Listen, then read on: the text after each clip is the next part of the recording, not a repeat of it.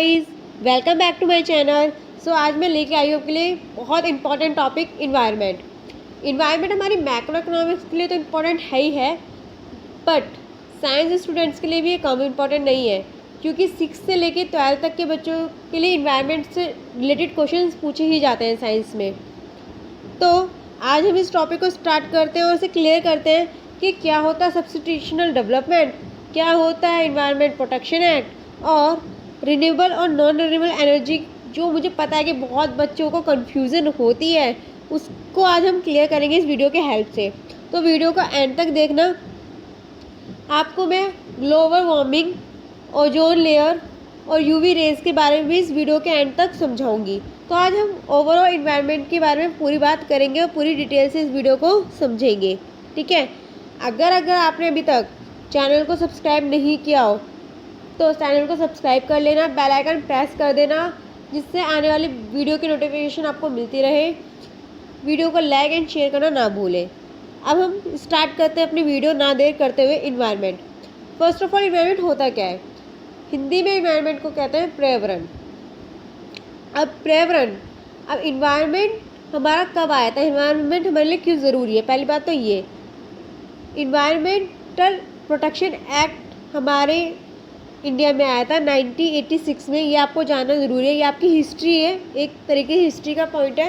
ये आपको समझने के लिए है कि हमारे इंडिया में इन्वायरमेंट पर कब से ध्यान दिया गया, उसकी प्रोटेक्शन कब से की गई, 1986 से। अब इन्वायरमेंट जो है वो जितने भी हमारे रिसोर्सेज होते हैं, जितने भी हमारे साधन होते हैं, उस पर डिपेंड करता है, ठीक है। हमारे पर्यावरण दो तरीक़ों पे, दो एलिमेंट्स में डिपेंड करता है। पहला एलिमेंट है बायोटिक एलिमेंट और दूसरा एलिमेंट है अबायोटिक एलिमेंट। बायोटिक एलिमेंट वो एलिमेंट्स होते हैं जो जैविक होते हैं, मीन्स जो सांस ले सकते हैं। जैसे वो लिविंग एलिमेंट जैसे birds, animal, plant, forest, fishers और ह्यूमन बीइंग भी इसका एग्जाम्पल है, क्योंकि हम लोग सांस ले सकते हैं। ये सभी लोग लिविंग एलिमेंट के अंदर काउंट होते हैं और ये बायोटिक एलिमेंट भी है, ठीक है। अब बात करते हैं abiotic element. Abiotic element means अजैविक।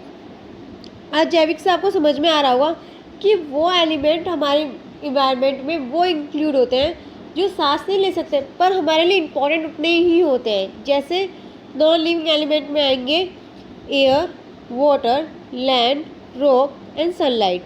ये हमारे इन्वायरमेंट के लिए बहुत ज़्यादा ज़रूरी है, हमारी प्रगति के लिए बहुत ज़्यादा ज़रूरी है, पर्यावरण के लिए हमारे लिए बहुत ज़्यादा ज़रूरी है, ठीक है। अब हमारी दो बात तो समझ में आ गई कि बायो एलिमेंट क्या होते हैं और अबायोटिक एलिमेंट क्या होता है। बायोटिक और अबायोटिक एलिमेंट की बात समझ में आ गई हमें। अब हमारे इन्वायरमेंट में क्या क्या फंक्शन होता है, क्या क्या मुख्य कारण होते हैं जिससे हमारे रिसोर्सेज, जिससे हमारे साधन चलते हैं, ठीक है। पहला है, इन्वायरमेंट जो है वो दो रिसोर्सेज पे काम करता है, एक होता है रिन्यूएबल और दूसरा होता है नॉन रिन्यूएबल। अब हम पहले ये समझते हैं कि रिन्यूएबल एनर्जी सोर्स क्या होता है और नॉन रिन्यूएबल सोर्स क्या होता है, फिर हम समझेंगे कि हमारे इन्वायरमेंट में कैसे काम करता है, उसके क्या क्या मुख्य फंक्शंस हैं, ठीक है। देखो, रिन्यूएबल सोर्स की बात करूँ, ये मैं आपके लिए नोट्स बना के लाई हूँ।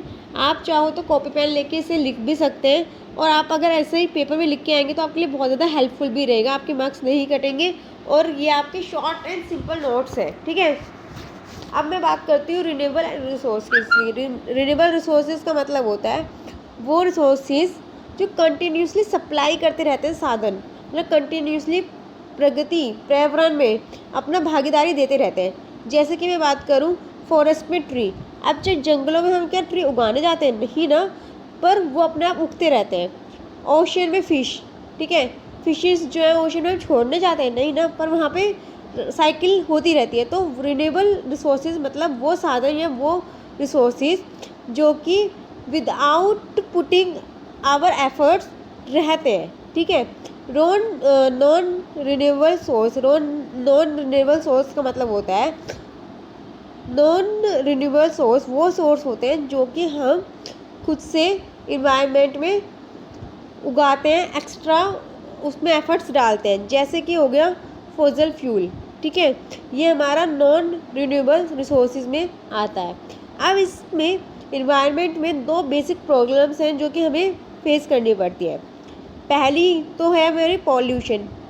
अगर मैं पोल्यूशन की बात कर रही हूँ तो आपको पता है कि हमारे पोल्यूशन 4 टाइप के होते हैं। कौन कौन से टाइप के होते हैं? पहले तो होता है एयर पोल्यूशन, फिर होता है वाटर पोल्यूशन, फिर होता है नॉइज़ पोल्यूशन और फिर होता है लैंड पोल्यूशन। मैं आपको एक एक करके पोल्यूशन भी समझाऊंगी कि एयर पोल्यूशन क्या होता है, वाटर पोल्यूशन क्या होता है, नॉइज़ पोल्यूशन क्या होता है, लैंड पोल्यूशन क्या होता है। अगर आप चाहते हैं कि मैं इसके ऊपर एक सेपरेट वीडियो बनाऊं अलग अलग पोल्यूशन के ऊपर, क्योंकि काफ़ी कुछ होता है इसमें जानने के लिए, कौन सा एक्ट कब आया, क्या फ़ायदे हैं, क्या नुकसान है, डिसएडवांटेज क्या है, एडवांटेज क्या है, तो आप मुझे कमेंट करके बताइए। मैं आपके लिए सेपरेटली पोल्यूशन के ऊपर अलग अलग वीडियो बना के ले आऊँगी और मैं आपको उसमें समझाऊँगी। बट अभी हम इन्वायरमेंट की बात करें तो इसमें मैं बस आपको ये बता देती हूँ कि हमारे इन्वायरमेंट में कैसे ये हार्म करता है। अगर अब मैं बात करूँ कि एयर पोल्यूशन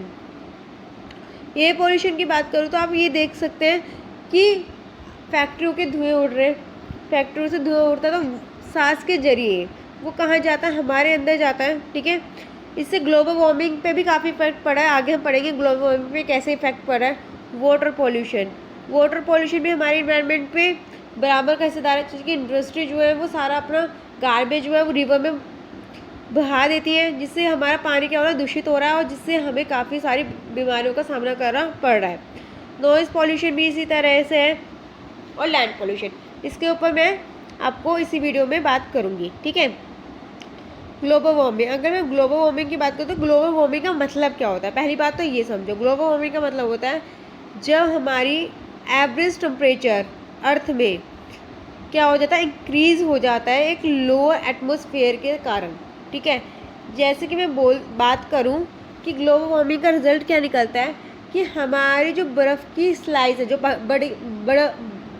हमारे बर्फ़ के पहाड़ हैं बड़े बड़े, ठीक है, वो क्या हो रहा है? धीरे धीरे मेल्ट हो रहे हैं। उससे क्या हो रहा है? ग्लोबल वार्मिंग की वजह से मेल्ट हो रहा है। इसकी वजह से क्या हो रहा है?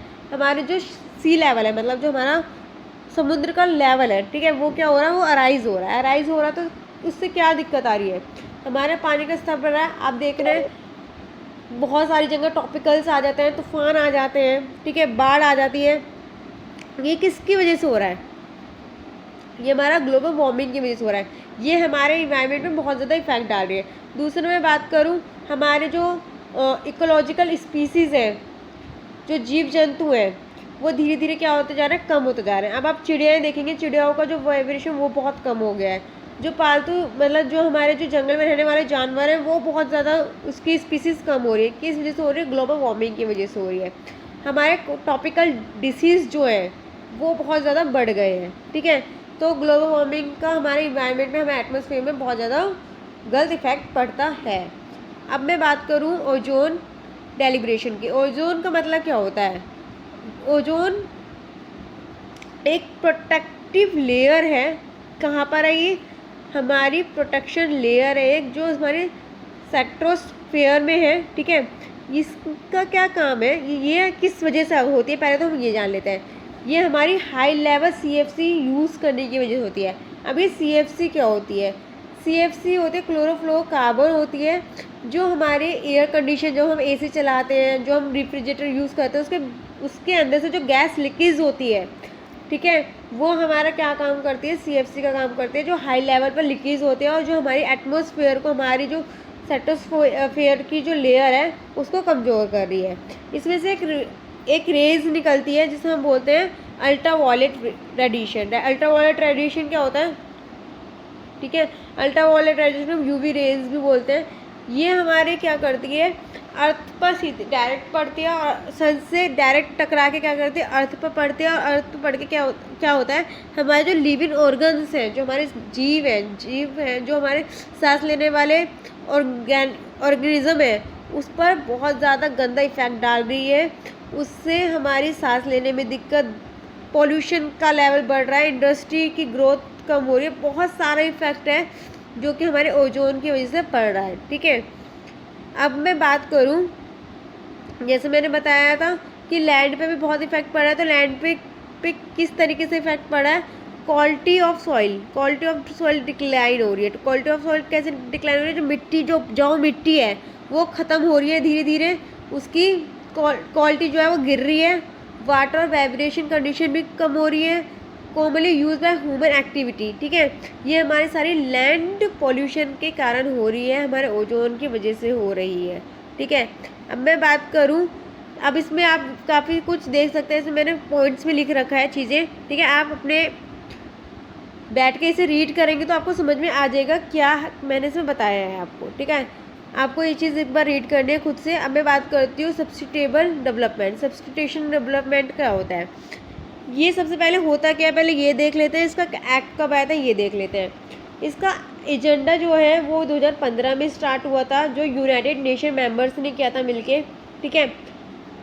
ये क्यों किया गया था पहले ये बताती हूँ मैं आपको। ये इसलिए किया गया था, जो हमारी प्रेजेंट जनरेशन है उनकी सारी जो नीड्स है, उनके जो रिसोर्सेज है, उनकी जो चाहत है वो पूरी हो सके, but reduce future generation.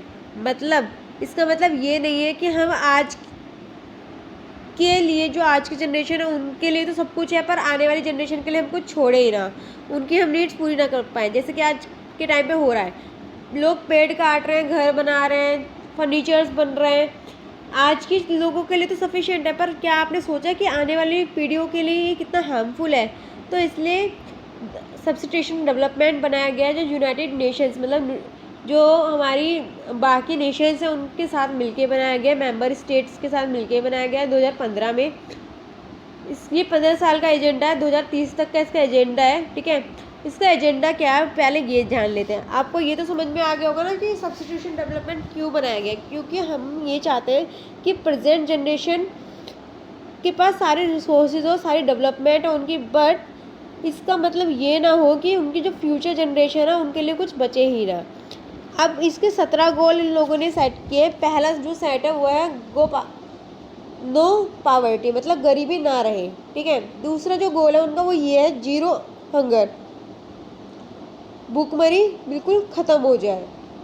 Good health and well being, अच्छी हेल्थ रहे सबकी। क्वालिटी एजुकेशन मिले सबको। जेंडर इक्वालिटी हो। क्लीन वाटर एंड सैनिटाइजेशन हो।